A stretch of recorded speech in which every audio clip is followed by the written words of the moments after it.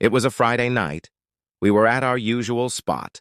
Low lights, cheap drinks, the kind of place where birthdays and breakups blend into background noise. She wore my hoodie, the one she always borrowed. She looked good in it, like she always did when she wanted something. I didn't know it would be our last night together. The setup. She cleared her throat during a lull in the conversation. Our friends, 6 of them, sat around the table, half drunk and mid-laugh. "So," she said too loudly, "I guess this is as good a time as any." The room went quiet. I looked at her calmly, waiting, then she turned to me with that smirk. I cheated. The word didn't even sting. It just landed, like something you already knew, but pretended not to. And honestly, she added, I needed a real man. Not one who works in tech support, fixing a car that still doesn't run. Laughter. Their laughter. My friends, they weren't shocked, because they knew. No one had my back. Ben, the one I thought was like a brother, clinked glasses with her. "Damn, girl, you're savage!" "But honest." "I respect it," Maya muttered. "Well, we all saw this coming. Even Chris, the guy who used to crash on my couch, just gave me that look, the kind that says, take the L and leave. So I did. I didn't yell. I didn't ask for an explanation. I didn't throw a drink or storm out like she probably hoped I would. I just looked at her, really looked at her, and saw it. The need for validation. The emptiness behind the smirk. The desperation to seem like she'd won something. Then I smiled, tossed my key ring up, caught it, and walked out. They laughed harder after I left. I heard it as the door swung shut behind me, but here's what they didn't hear, the plan that had just formed in my head, because I wasn't going to fight for anyone who mocked me. I was going to become someone they couldn't ignore, and she couldn't reach.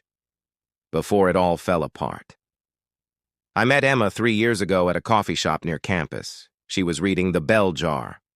Wearing black nail polish and a chipped ring on her thumb, I asked about the book. She looked up and said, "Only depressed people read this in public," then smiled. We clicked instantly. Deep talks, late-night drives, dumb jokes, falling asleep with her head on my chest like it was the safest place on earth. She used to tell me, "You're my peace." And I believed her. The good days. She'd bring me lunch when I worked late. Call me her anchor. When I fixed up that old '92 Civic in the garage, she'd sit beside me, pass me tools, play music. We weren't rich. We weren't flashy. But we were solid, or so I thought. The drift.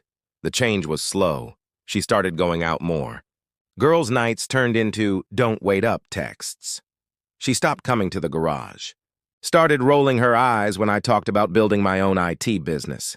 "You're always chasing things that take too long," she said once. I thought she was just stressed, burned out. But the truth? She was already looking for someone faster, louder, flashier. And that someone turned out to be Caleb, a bartender with abs and the personality of a wet sponge. The betrayal. The friends shifted too. Ben started hanging out with her more than with me.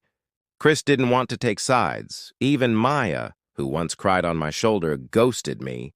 I didn't just lose a girlfriend that night. I lost a circle, but something in me clicked. Not rage, not sadness, clarity. They didn't betray me because I was weak.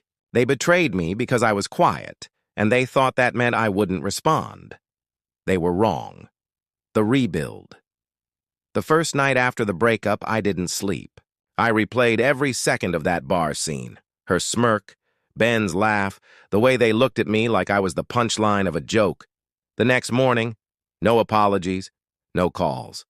Just one text. "Hey man, hope there's no hard feelings. Let's all be mature about this." Mature? I deactivated everything. Blocked them. Deleted photos.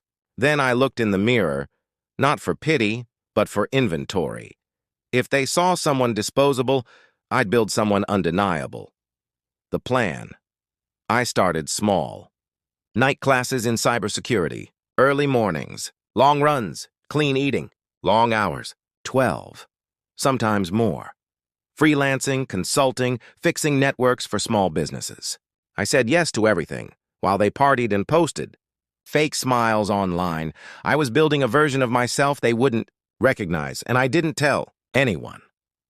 Because the best kind of growth is the kind no one sees until it's done. The glow-up, I dropped 18 pounds, ran 6 days a week, lifted heavy, got a real haircut, cleaned up my skin, started dressing sharper. Not to impress, but because I finally respected myself enough to look like it. Confidence didn't come from compliments. It came from discipline. And one night, I caught my reflection in a store window and thought, would she even recognize me now? Didn't matter. This version of me wouldn't have tolerated her for 5 minutes. The ripple. I wasn't posting, but others were. Photos from events, launches, fundraisers. Some of Emma's friends followed those people. Suddenly, my phone buzzed. Maya. Hey, stranger. You look good. Ben. Heard you started your own thing. Respect. Chris. You killing it, bro. I ignored them all, because the version of me they knew, he didn't exist anymore. They killed him. I just buried him. The fall. 2 months later, Emma's posts slowed, then stopped. A blurry story appeared on someone's feed. Her, alone, at a party. No Caleb. No captions. Just a girl who looked older. Tired. I didn't feel smug. I just felt done. Because when someone rips you apart in public and you rebuild in private, there comes a moment when even their name loses weight. Then one Sunday morning, my phone exploded. 32 missed calls, Emma, Ben, Maya. The texts started rolling in. Emma, can we talk? Everything fell apart, please. Emma, Caleb left. He cheated. I miss you. Ben, yo, man. We were wrong. She told us things. We didn't know the truth. Maya, she's crying on my couch. Says you won't respond. Are you okay? I was fine. They weren't. The silence they mocked was now driving them insane. The last message came at midnight. Emma. I thought I wanted someone exciting. What I got was someone fake. You were the best thing in my life. Please, respond. I sat with it for a while, then typed slowly. You didn't just choose someone else. You celebrated humiliating me. When I left, I didn't walk away from the relationship. I walked away from the person who thought I wasn't enough. I'm not angry. I'm not bitter. I'm just done. Take care of yourself. Then, I blocked her number. Final closure. Because the best revenge isn't breaking them. It's becoming so whole they can't even picture themselves in your life anymore. While they spin in regret, you sleep peacefully because revenge isn't always fire. Sometimes it's just never looking back. Was this revenge justified? Or was it something deeper? If this story gripped you, made you think, feel, or remember, don't just scroll. Tap like, hit subscribe, and share it. Because around here, every betrayal has consequences, and every subscriber fuels the next haunting tale. Thank you for being part of Madam X, where every story has a shadow and every silence hides an ending.